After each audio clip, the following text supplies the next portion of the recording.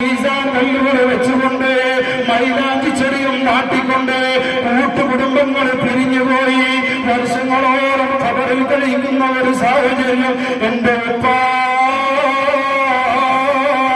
എന്റെ ഉമ്മ ഇന്നല്ലെങ്കിൽ എനിക്കും നിങ്ങൾക്കും വരാനുള്ള ഒരു അവസ്ഥയാണ്.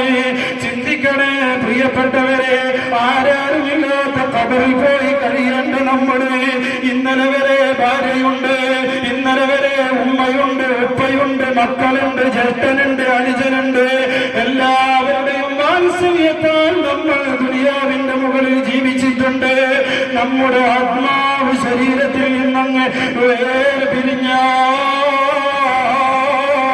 പിന്നെ നമ്മളെ കൊണ്ടുപോയി വെക്കുന്ന ഖബറിനെ കുറിച്ചെങ്ങാനും നമ്മൾ ആലോചിച്ചാൽ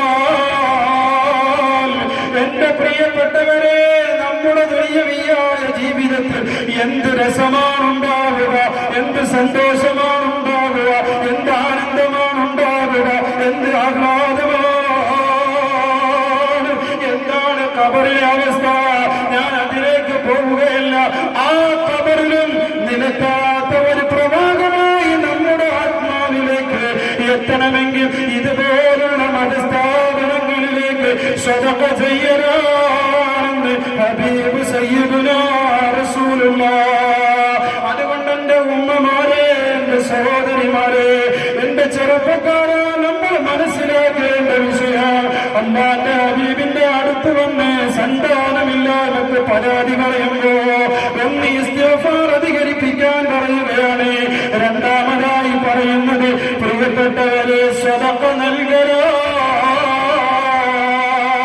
അതുകൊണ്ട് നമ്മൾ ഇസ്തിഗ്ഫാറിന്റെ ആളുകളാകണം, സദഖ ചെയ്യുന്ന ആളുകളാകണം. സദഖ ചെയ്യൽ ഞാൻ നേരത്തെ പറഞ്ഞതിലേക്ക് വരികയാണ്. ദിവസവും 1000 രൂപം കൊടുക്കണമെന്നല്ല പറയുന്നത്. എന്നാൽ കഴിയുന്നത് എന്താണ് എന്ന് ഓരോരുത്തർക്കും അറിയാമല്ലോ. ഒരു പാവപ്പെട്ടവനെ വിളിച്ച് അവനിലേക്ക് ധർമ്മം കൊടുക്കുക, അതല്ലെങ്കിൽ ദീനീ സ്ഥാപനങ്ങളിലേക്ക് കൊടുക്കുക, ഇതുപോലെയുള്ള ദീനീ വിജ്ഞാന വേദികളിലേക്ക് കൊടുക്കുക. ഇങ്ങനെയുള്ള ദീനീ സംരംഭങ്ങളിലേക്ക് പ്രത്യേകമായി കൊടുക്കുമ്പോഴുള്ള പ്രതിഫലമാണ് ഞാൻ പറഞ്ഞത്. ഇതാണ്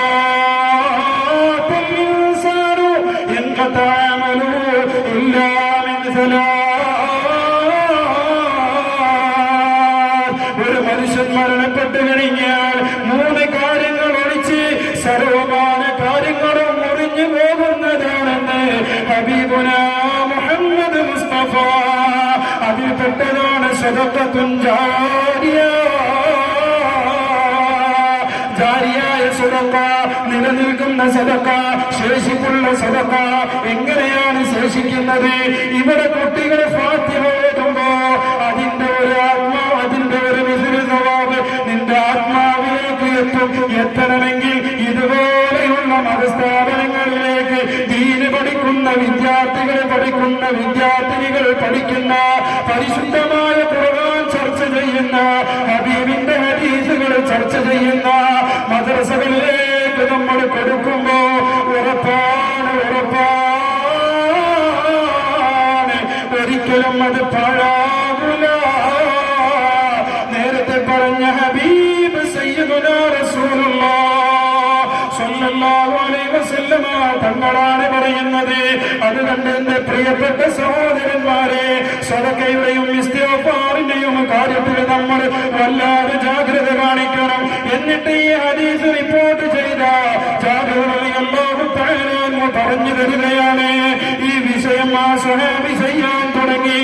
ഈ വിഷയം, അതായത് സദഖ നൽകാനും ഇസ്തിഗ്ഫാർ നടത്താനും അല്ലാഹുവിന്റെ ഹബീബ് ഈ ഉപദേശം കൊടുത്ത അന്ന് മുതൽ ചെയ്തു തുടങ്ങിയപ്പോ, പ്രിയപ്പെട്ടവരെ, ഫകാന റജുലു യക്സുറു സദഖ. പരാതിയുമായി വന്ന സ്വഹാബി അന്ന് മുതൽ സദഖ ധാരാളമായി ചെയ്യുകയാണ്. അതുപോലെ ഇസ്തിഗ്ഫാർ നടത്തുകയും അധികരിപ്പിക്കലാണ്. എന്നിട്ടോ അതിനുള്ള റിസൾട്ട് കിട്ടിയതെന്താ? ലഹു തുസ്റതും മിനൽ ദുകൂർ. ആ സ്വഹാബിയുടെ ജീവിതത്തിൽ തൗഫീഖുകളെ അല്ലാഹു നൽകിയേ. മുത്തുനബിയുടെ ജീവിതത്തിലുണ്ടായ സംഭവം മുഹദ്ദിസീങ്ങളിൽ ഹദീസിന്റെ ഗ്രന്ഥങ്ങളിലൂടെ നമ്മെ പഠിപ്പിക്കുമ്പോ ലവലേശം സംശയത്തിന് വകുപ്പില്ല. അല്ലാഹു നമുക്ക് തൗഫീഖ് നൽകി അനുഗ്രഹിക്കട്ടെ. സ്വതക്കയാണ് ചെയ്യേണ്ടത് എന്നാണ് സന്താന സൗഭാഗ്യമില്ലാത്ത സ്വഹാബിയോട് എന്ന് പറഞ്ഞത്. ഇസ്തിഗ്ഫാർ അധികരിപ്പിക്കുക. ഉറപ്പാണ്, തീർച്ചയാണ്, യാതൊരു സംശയവുമില്ല. ഇഖ്ലാസോടുകൂടി ഉറച്ച വിശ്വാസത്തോടുകൂടി ആരെങ്കിലും അങ്ങനത്തെ ബുദ്ധിമുട്ട് അനുഭവിക്കുന്നുണ്ടെങ്കിൽ തീർച്ചയായും ഇത് ചെയ്തു നോക്കി.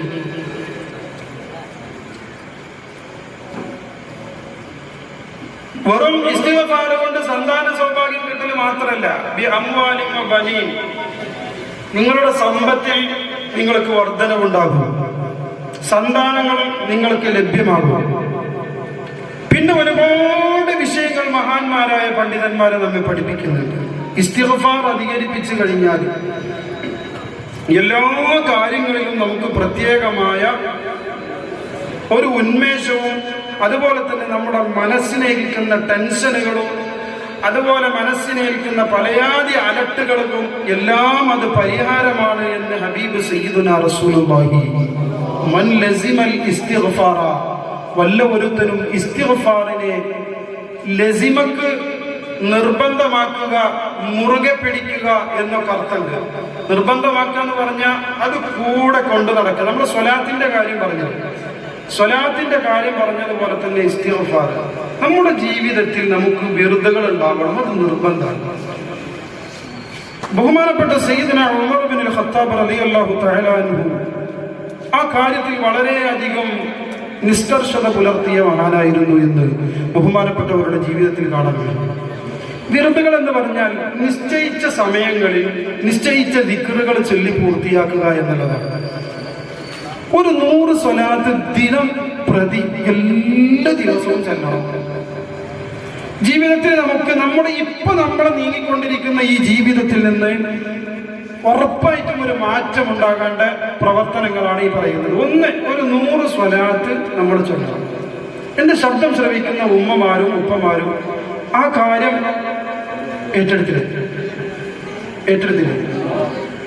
ഏറ്റെടുത്തോളൊന്ന് കയ്യോന്തിക്കും.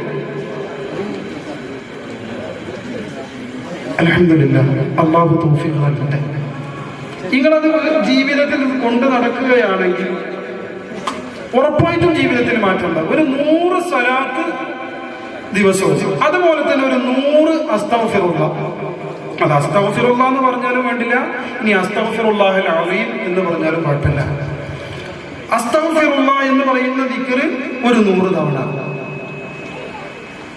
അതുപോലെ തന്നെ നമ്മളുടെ കലിമത്തു തൗഹീദ് ആകുന്ന ലാ ഇലാഹ ഇല്ലല്ലാഹ് എന്ന് പറയുന്ന ദിക്റും ഒരു 100 തവണ. ഇതിന് മാക്സിമം സമയം വരിക ഒരു 10 മിനിറ്റാണ്, അതിനപ്പുറം വരിക.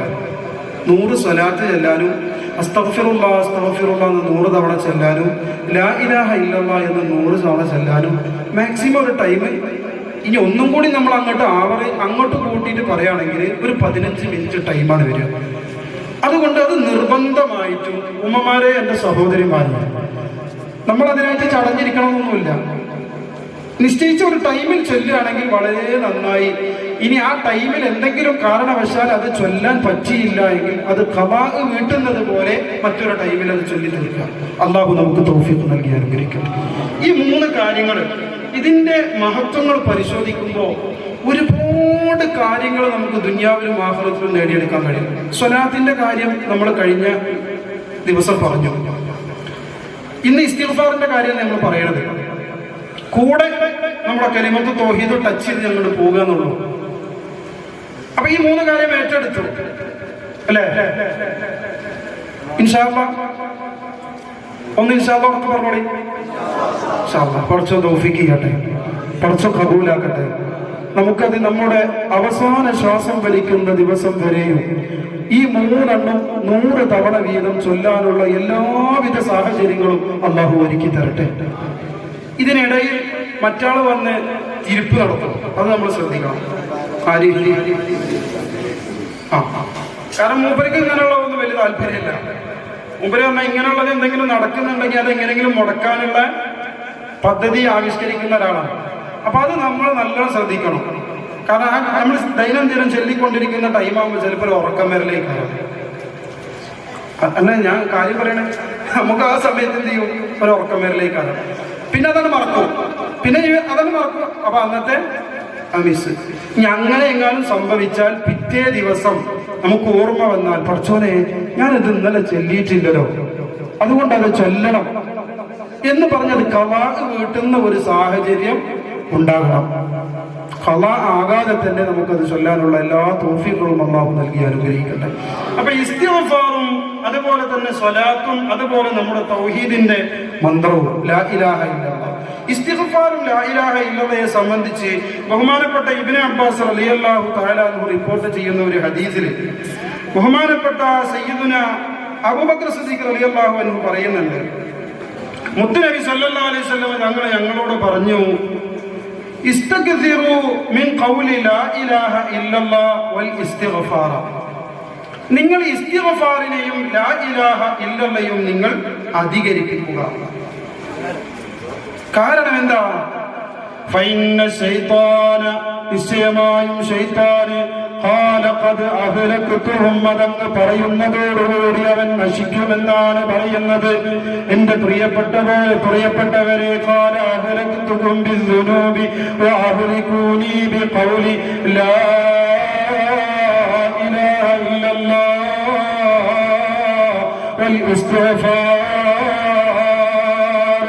ബഹുമാനപ്പെട്ട സയ്യിദുനാ അബൂബക്കർ സിദ്ദീഖ് റളിയല്ലാഹു തആല അൻഹു പറയുകയാണ്, മുത്തുനബി സല്ലല്ലാഹു അലൈഹി വസല്ലം തങ്ങൾ പറഞ്ഞു, നിങ്ങൾ ധാരാളമായി ലാ ഇലാഹ ഇല്ലല്ലാഹ് ചൊല്ലണേ, അതുപോലെ അസ്തഗ്ഫിറുല്ലയും ചൊല്ലണേ. ഇന്ന ശൈത്താന, നിശ്ചയമായും ശൈത്താനെ അവൻ പറയുകയാണ്, ഖദ് അഹ്ലക്തുഹും ബിദ്ദുനൂബ്, പാപങ്ങൾ കൊണ്ട് പാപങ്ങൾ മുഴുവനുമായി ഇസ്തിഗ്ഫാർ ചൊല്ലൽ കൊണ്ട് നശിക്കുന്നതാണ്. എന്നാൽ അഹ്ലികൂനി, ഞാൻ നശിക്കുന്നത്, അഥവാ പിശാച് പറയുകയാണ്, ഞാൻ നശിക്കുന്നത് ബിഖൗലി ലാ ഇലാഹ ഇല്ലല്ലാഹ് വൽ ഇസ്തിഗ്ഫാർ. ഞാൻ ഇസ്തിഗ്ഫാർ ചൊല്ലലോടുകൂടിയും ലാ ഇലാഹ ഇല്ലല്ലാഹ് ചൊല്ലലോടുകൂടിയുമാണ് ഞാൻ നശിക്കുക എന്ന് ശൈത്താന് പറഞ്ഞു എന്ന് സയ്യിദുനാ അബൂബക്കർ സിദ്ദീഖ് റളിയല്ലാഹു തആല അൻഹു മുത്തുനബിയെ തൊട്ട് പറയുകയാണ്. പ്രിയപ്പെട്ടവരെ, അതുകൊണ്ട് നമ്മൾ ഇസ്തിഗ്ഫാർ നമ്മുടെ ജീവിതത്തിൽ അധികരിപ്പിക്കണം. അതുകൊണ്ട് നമ്മൾ ലാ ഇലാഹ ഇല്ലല്ലാഹ് നമ്മുടെ ജീവിതത്തിൽ അധികരിപ്പിക്കണം. അല്ലാഹു നമുക്ക് തൗഫീഖ് നൽകി അനുഗ്രഹിക്കട്ടെ. തിരിച്ചു വരട്ടെ ഇബ്നു അബ്ബാസ് റളിയല്ലാഹു അൻഹു പറഞ്ഞ ഹദീസിലേക്ക്. മൻ ലസിമൽ ഇസ്തിഗ്ഫാർ നിങ്ങൾ അധികരിപ്പിച്ചാൽ ജഅലല്ലാഹു ലഹു മിൻ കുല്ലി ദൈഖിൻ മഖ്റജാ, നിങ്ങളുടെ സർവമാന ബുദ്ധിമുട്ടുകൾക്കും അല്ലാഹു ഒരു തുറസ് നൽകുന്നതാണെന്ന് ശഫീഉൽ വറാ നബി മുഹമ്മദ് മുസ്തഫ. വമിൻ കുല്ലി ഹമ്മിൻ ഫറജാ, നിങ്ങളുടെ മനസ്സിനേശ ടെൻഷനുകളുണ്ടല്ലോ, നിങ്ങളുടെ മനസ്സിനേറ്റ വിഷമങ്ങളുണ്ടല്ലോ, അതിനൊക്കെ പ്രത്യേകമായി അല്ലാഹു ഒരു സലാമത്തിന്റെ വഴി നിങ്ങൾക്ക് തുറന്നു തരുന്നതാ. എന്നിട്ട് ആ ഹദീസ് പൂർത്തീകരിക്കുന്നത് നിങ്ങൾ വിചാരിക്കുന്ന ഭാഗത്തിലൂടെ, നിങ്ങൾ വിചാരിക്കാത്ത ഭാഗത്തിലൂടെ അല്ലാഹു നിങ്ങൾക്ക് ഉപജീവന മാർഗം എത്തിക്കുന്നതാണെന്ന് നബിയുനാ നബി മുഹമ്മദ് മുസ്തഫ. യഥാർത്ഥത്തിൽ അതിന്റെ പദാനുപദാർത്ഥം വെക്കുകയാണെങ്കിൽ നിങ്ങൾക്ക് ഭക്ഷണം നൽകുന്നതാണ്. മിൻ ഹൈസു ലാ യഹ്തസിബു, നിങ്ങൾ വിചാരിക്കാത്ത ഭാഗത്തിലൂടെ അല്ലാഹു നിങ്ങൾക്ക് ഭക്ഷണം നൽകുമെന്ന് ഹബീബ് സയ്യിദുനാ നബി മുഹമ്മദ് മുസ്തഫ. എന്താണ് പ്രിയപ്പെട്ടവരെ ഡിമാൻഡ്? മൻ ലസിമൽ ഇസ്തിഗ്ഫാർ അധികരിപ്പിക്കുക എന്ന ഒരൊറ്റ ഡിമാൻഡേ ഉള്ളൂ. ആ ഡിമാൻഡോടുകൂടി ടെൻഷനുകൾ ഇല്ലാതെയാകും. അതുപോലെ തന്നെ പ്രിയപ്പെട്ടവരെ, നമ്മളുടെ ജീവിതത്തിലുള്ള എല്ലാ പ്രശ്നങ്ങൾക്കും പരിഹാരമുണ്ടാകും. അതുപോലെ നമ്മൾ വിചാരിക്കാത്ത മാർഗത്തിലൂടെ, നമ്മൾ ചിന്തിക്കാത്ത മാർഗത്തിലൂടെ അല്ലാഹു നമ്മൾക്ക് ഭക്ഷണം നൽകുമെന്ന് ഹബീബ് സയ്യിദുനാ റസൂലുള്ളാഹി സ്വല്ലല്ലാഹു അലൈഹി വസല്ലം തങ്ങൾ പറയുമ്പോൾ ഇസ്തിഗ്ഫാർ അധികരിപ്പിക്കണേ. അതുപോലെ ലാ ഇലാഹ ഇല്ലല്ലാഹ് അധികരിപ്പിക്കണേ. ലാ ഇലാഹ ഇല്ലല്ലാഹ് എന്നുള്ളത് 1,00,000-ൽ പരം പ്രവാചകന്മാർ ഇവിടെ വന്ന് നടത്തിയ ദീനീ ദഅവത്തിന്റെ അടിസ്ഥാനമായ മൂലധാതുവാണ് ലാ ഇലാഹ ഇല്ലല്ലാഹ്.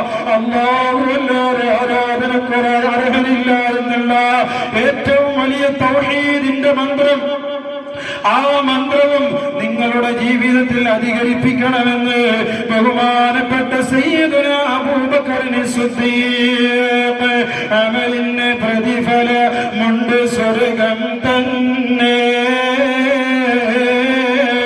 കലിമത്തു തൗഹീദിൽ ഖാഫന്നെ. പടവെട്ടി മശ്രിഖിൽ നിന്ന് മഗ്രിബ് വരെ ഒരാൾ ധർമ്മം കൊടുത്തും വന്നു എതിരെ മറ്റൊരാൾ. പ്രതിഫലം ഇതിൽ രണ്ടാൾക്കുമുള്ളത് കേമമാ. അതിലുപരി തന്നെ നീ ദാക്കിറായാൽ ലഭ്യമാ. എല്ലാ അമലുകൾക്കും പ്രതിഫലമുണ്ട്. എന്നാൽ നിങ്ങൾക്ക് കേൾക്കണോ, കലിമത്തു തൗഹീദിന് ലിഖാഫന്നെ. ബഹുമാനപ്പെട്ട തഅവ ഉസ്താദ് ലാ ഇലാഹ ഇല്ലല്ലാഹയുടെ പവർ വിശദീകരിക്കുന്ന, അതിന്റെ മഹത്വം വിശദീകരിക്കുന്ന, അതിന്റെ മഹാത്മ്യം വിശദീകരിക്കുന്ന പദ്യത്തിന്റെ അധ്യായത്തിലൂടെ നമ്മെ പഠിപ്പിക്കുന്നത് കലിമത്തു തൗഹീദ് വല്ലവരുത്തരം അധികരിപ്പിച്ച അവർക്ക് നാളെ ലഭിക്കുന്ന പവർ എന്താണ്, അവർക്ക് നാളെ ലഭിക്കുന്ന പ്രത്യേകമായ പ്രതിഫലം എന്താണ്? അല്ലാഹുവിനെ കണ്ടുമുട്ടലോ. അല്ലാഹു നമുക്ക് തൗഫീഖ് നൽകി അനുഗ്രഹിക്കട്ടെ. എന്റെ ഉമ്മമാരെ, അല്ലാഹുവിനെ കണ്ടുമുട്ടലാണ് സ്വർഗം കിട്ടുന്നതിനേക്കാളും ഏറ്റവും വലിയ സൗഭാഗ്യമെന്ന് ബീവി നഫീസത്തുൽ മിസ്രിയ. പ്രിയപ്പെട്ടവരെ, ഖബർ കുടിച്ച് എത്രയോ ഖത്മുകളോളം ആ ഖബറിൽ ഇരുന്നു കൊണ്ട് പാരായണം ചെയ്ത മഹദിയാണ് ഉമ്മ. നിങ്ങളുടെയൊക്കെ മുൻതലമുറയായ ബീവി നഫീസ. ആ നഫീസ ബീവി റളിയല്ലാഹു തആല അൻഹ പറഞ്ഞത്, ഞാൻ പരിശുദ്ധമായ ഖുർആൻ ഓതുന്നത് സ്വർഗത്തിൽ കടക്കാനല്ല, ഞാൻ നരകത്തിൽ നിന്ന് രക്ഷ ഞാൻ നിസ്കരിക്കുന്നത് സ്വർഗത്തിൽ പ്രവേശിക്കാനല്ല, ഞാൻ നോമ്പെടുക്കുന്നത് സ്വർഗത്തിൽ പ്രവേശിക്കാനല്ല. എന്നാൽ ഇത് ചെയ്യുന്നത് നരകത്തിൽ എന്നെ പ്രവേശിപ്പിക്കൽ, അത് ഹറാമാക്കാനുമല്ല, മറിച്ച് എന്റെ പടച്ച റബ്ബിന്റെ തൃപ്തി എനിക്ക് നേടിയെടുക്കാനോ എന്ന് ബീവി നഫീസ പറയുമ്പോ ലാ ഇലാഹ ഇല്ലല്ലാഹ് എന്ന് ദിക്ർ നമ്മൾ അധികമാക്കലോടുകൂടി അല്ലാഹുവിനെ കണ്ടുമുട്ടാനുള്ള സൗഭാഗ്യം ലഭിക്കുന്നതാണ്. പടവെട്ടി മശ്രിഖിൽ നിന്ന് മഗ്രിബ് വരെ ഒരാൾ ധർമ്മം കൊടുത്തും ഒന്നു എതിരെ മറ്റൊരാൾ. അല്ലാഹുവിന്റെ മാർഗത്തിൽ പരിശുദ്ധമായ ദീനിനെ നിലനിർത്താൻ വേണ്ടി പടിഞ്ഞാറിൽ നിന്ന് കിഴക്ക് വരെയും അതുപോലെ തെക്കിൽ നിന്ന് വടക്ക് വരെയും ഒരുത്തൻ പടവെട്ടിക്കൊണ്ട് അവന്റെ ജീവൻ മുഴുവനും പരിശുദ്ധമായ ഇസ്ലാമിന് വേണ്ടി ബലിയർപ്പണം നടത്തി. എന്നാൽ മറ്റൊരാളോ അവന്റെ ജീവിതത്തിന്റെ മുഴുസകലവും ദാനധർമ്മം കൊടുത്ത് മറ്റൊരാളും വന്നാൽ, എന്നാൽ നിങ്ങൾക്ക് കേൾക്കണോ, പ്രതിഫലം ഇതിൽ രണ്ടാൾക്കുമുള്ളത് കേമാ. അതിലുപരി തന്നെ നീ ദാക്കിറായാൽ ലഭ്യമാ. പടവെട്ടി മശ്രിഖിൽ നിന്ന് മഗ്രിബ് വരെ ഒരാൾ വന്നുകൊണ്ട് പരിശുദ്ധമായ ഇസ്ലാമിന്റെ കാര്യങ്ങൾ ഇവിടെ നിലനിർത്താൻ എല്ലാ നിലക്കുമുള്ള അവന്റെ സമ്പാദ്യവും അവന്റെ ശരീരവും പരിശുദ്ധമായ ഇസ്ലാമിലേക്ക് വാങ്ങിക്കൊണ്ടൊരുത്തന് വന്നു. അവന്റെ സർവമാന കാര്യങ്ങളും സ്വത്തുക്കളും സമ്പാദ്യങ്ങളും മുഴുവനും പരിശുദ്ധമായ ഇസ്ലാമിന് വേണ്ടി എല്ലാം ത്യജിച്ചാലും അവർക്കൊക്കെ വലിയ വലിയ പ്രതിഫലമുണ്ടെങ്കിലും ലാ ഇലാഹ ഇല്ലല്ലാഹ് എന്ന ദിക്ർ ചൊല്ലുന്നവർക്ക് പ്രത്യേകമാണ് അതിനുള്ള പ്രതിഫലമെന്ന് ബഹുമാനപ്പെട്ട മഹാന്മാര് പഠിപ്പിക്കുമ്പോ ലാ ഇലാഹ ഇല്ലല്ലാഹ് ജീവിതത്തിൽ അധികരിപ്പിക്കണേ, ഇസ്തിഗ്ഫാർ അധികരിപ്പിക്കണേ. പ്രിയപ്പെട്ടവരെ, നമ്മൾ പറഞ്ഞത് ഇസ്തിഗ്ഫാർ അധികരിപ്പിക്കുമ്പോ അല്ലാഹുവിന്റെ റഹ്മത്താകുന്ന മഴ നമ്മിലേക്ക് വർഷിക്കുകയാണ്.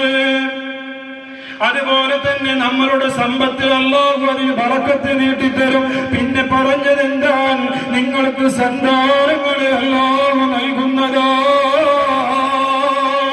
ഇനി മറ്റൊരു വിഷയം കൂടി ഞാൻ പറഞ്ഞു തരട്ടെ. നമ്മൾ അല്ലാഹുവിനോട് ചോദിക്കുന്ന എന്തെല്ലാം ചോദ്യങ്ങളുണ്ടോ അതിന് മുഴുവനും അല്ലാഹു മറുപടി നൽകുന്നതാണ്. ഞാൻ ആ ചരിത്രത്തിലേക്ക് വരികയാണ്. അറിയുമോ ഇമാം അഹ്മദ് ബിൻ ഹംബൽ തങ്ങളെ? ആരാണ് ഇമാം അഹ്മദ് ബിൻ ഹംബൽ തങ്ങള്? ചരിത്രം തുടങ്ങുന്നതിന് മുമ്പ് ഒന്ന് ഞാൻ നിങ്ങളോട് പറയട്ടെ. തുടക്കം മുതൽ ഒടുക്കം വരെ ഈ സംഭവത്തിന്റെ എല്ലാ വശങ്ങളും നിങ്ങളൊന്ന് കേൾക്കണം. കാരണം എന്തേ? ഈ ചരിത്രം അത്രമേൽ ബഹുസ്വരമായ ഒരു ചരിത്രമാണ്, ബഹുമാന്യമേറിയ ചരിത്രമാണ്. ഇമാം അഹ്മദ് ബിൻ ഹംബൽ തങ്ങളെ കുറിച്ചുള്ള ചരിത്രമാണ്. അതുകൊണ്ട് എന്റെ പ്രിയപ്പെട്ട ഉമ്മമാരെ, എന്റെ രക്ഷിതാക്കളെ, ശ്രദ്ധയോടെ നിങ്ങൾ ഈ സംഭവത്തെ കേൾക്കണം. ബഹുമാനപ്പെട്ട ഇമാം അഹ്മദ് ബിൻ ഹംബൽ തങ്ങള് ശാഫിഈ മദ്ഹബ് പോലെ ഇമാം അഹ്മദ് തങ്ങൾക്ക് ഹംബലി മദ്ഹബ് ഉണ്ടല്ലോ. ഒരു മദ്ഹബിന്റെ ഇമാമാകാൻ പ്രാപ്തിയുള്ള കഴിവുള്ള മഹാനാണ്. ആ ഇമാം അഹ്മദ് ബിൻ ഹംബൽ തങ്ങള് ഒരു യാത്രയിലേക്ക് ഒരുങ്ങുകയാണ്. ഇന്നത്തെ പോലെ യാത്രാ സൗകര്യങ്ങളില്ല. ഇന്ന് നമുക്ക് ഇന്നാലിന്റെ സ്ഥലത്ത് നിന്ന് ഇന്നാലിന്റെ അടുത്തേക്ക് എത്താൻ മണിക്കൂറുകൾ കൊണ്ട് ചിലപ്പോൾ എത്താം. സൗകര്യങ്ങളുണ്ട്, ഫ്ലൈറ്റ് സംവിധാനങ്ങളുണ്ട്, അതുപോലെ വിലപിടിപ്പുള്ള കാറുകളുണ്ട്. അതൊന്നുമില്ലാത്ത ഒരു യാത്രയാണ്.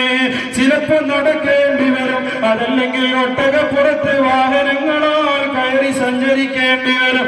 ഇങ്ങനെയുള്ള ഒരു കാലത്ത് ബഹുമാനപ്പെട്ട സയ്യിദുനാ ഇമാം അഹ്മദ് ബിൻ ഹംബൽ തങ്ങളൊരു യാത്ര തിരിക്കുകയാണ്. സ്വലാത്തുല്ലാഹ് സലാമുല്ലാഹ് അലാ ത്വാഹ റസൂലില്ലാഹ് സ്വലാത്തുല്ലാഹ് സലാമുല്ലാഹ് അലാ യാസീൻ ഹബീബില്ലാഹ് തവസ്സൽനാ ബിബിസ്മില്ലാഹ് വബിൽഹാദി റസൂലില്ലാഹ് വകുല്ലി മുജാഹിദിൻ ലില്ലാഹ് ബിഅഖ്ലിൽ ബദരി യാ അല്ലാഹ് സ്വലാ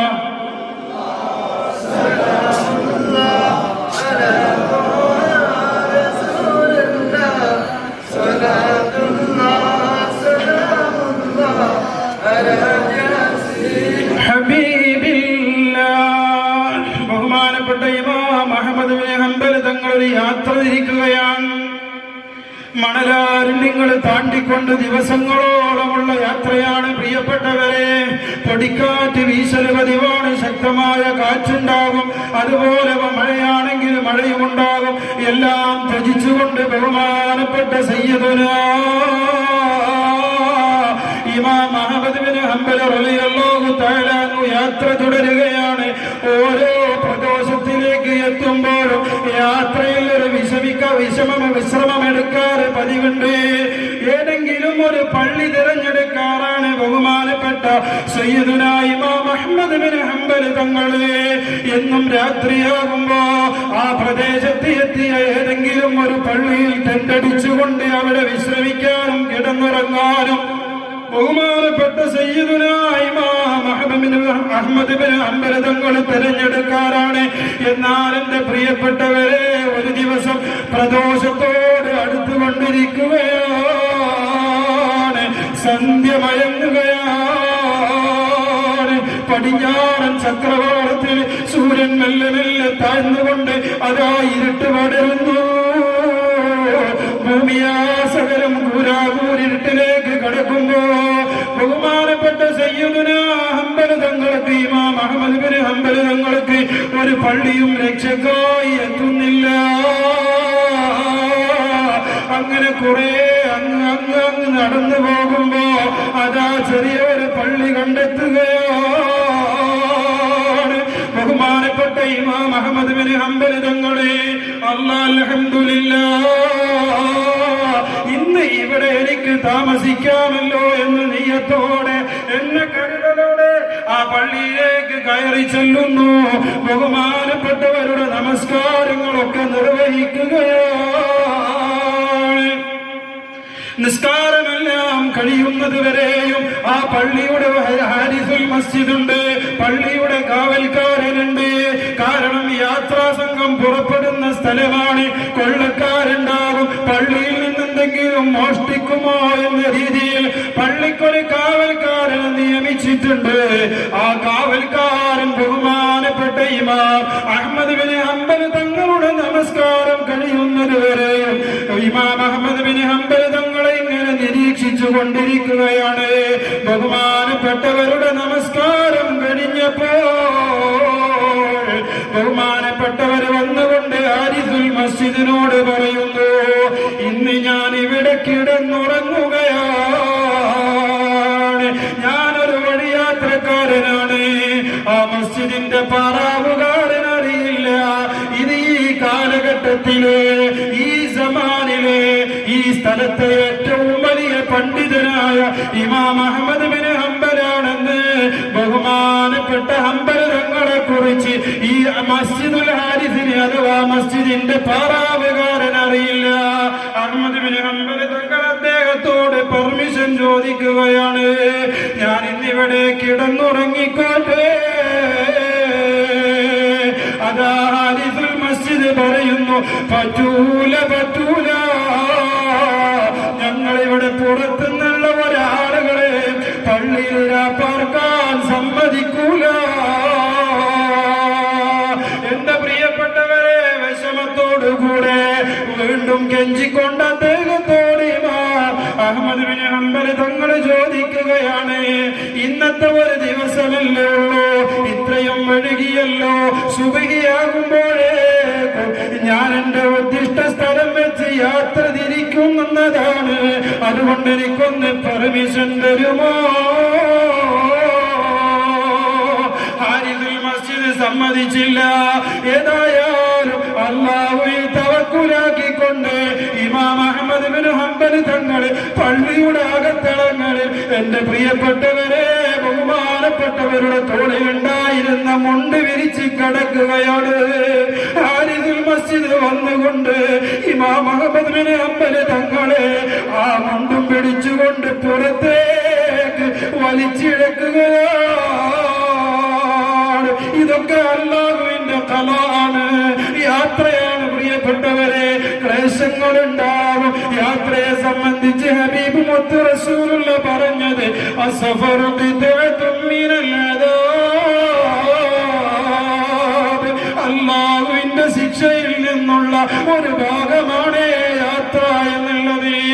എത്ര വലിയ അർത്ഥവത്തായ വാക്കാണ് പ്രിയപ്പെട്ടവരെ. എന്ത് സഞ്ചരിക്കുന്ന വാഹനത്തിലാണെങ്കിലും, എത്രമേൽ സൗകര്യമുണ്ടെങ്കിലും, AC ഉണ്ടെങ്കിലും, ഫീച്ചേഴ്സ് എന്ത് തന്നെയായാലും, പ്രിയപ്പെട്ടവരെ, യാത്ര ദൂരത്തേക്കാണെങ്കിൽ ക്ലേശമാണ്, ക്ലേശമാണ്. എന്റെ പ്രിയപ്പെട്ടവരെ, ഇമാം അഹ്മദ് ബിൻ ഹംബൽ തങ്ങളെ മുണ്ടോടുകൂടി പള്ളിയിൽ നിന്ന് പുറത്തേക്ക് വലിച്ചിടുകയാണ്. ഹാരിസുൽ മസ്ജിദിനറിയില്ല ഇത് ഇമാം അഹ്മദ് ബിൻ ഹംബൽ തങ്ങളാണെന്ന്. ഇരിക്കട്ടെ, ബഹുമാനപ്പെട്ട ഹംബൽ തങ്ങൾ പിന്നെ പ്രതികരിക്കാൻ പോയില്ല. പിന്നെ അന്നത്തെ കിടന്നുറക്കം പള്ളിയുടെ പുറത്ത് അതിൽ വഴി നടക്കുന്ന വഴിയോരത്തായിരുന്നു. എന്റെ പ്രിയപ്പെട്ട ഉമ്മ, പ്രിയപ്പെട്ട സഹോദരി, അങ്ങനെ ബഹുമാനപ്പെട്ട ഇമാം അഹ്മദ് ബിൻ ഹംബൽ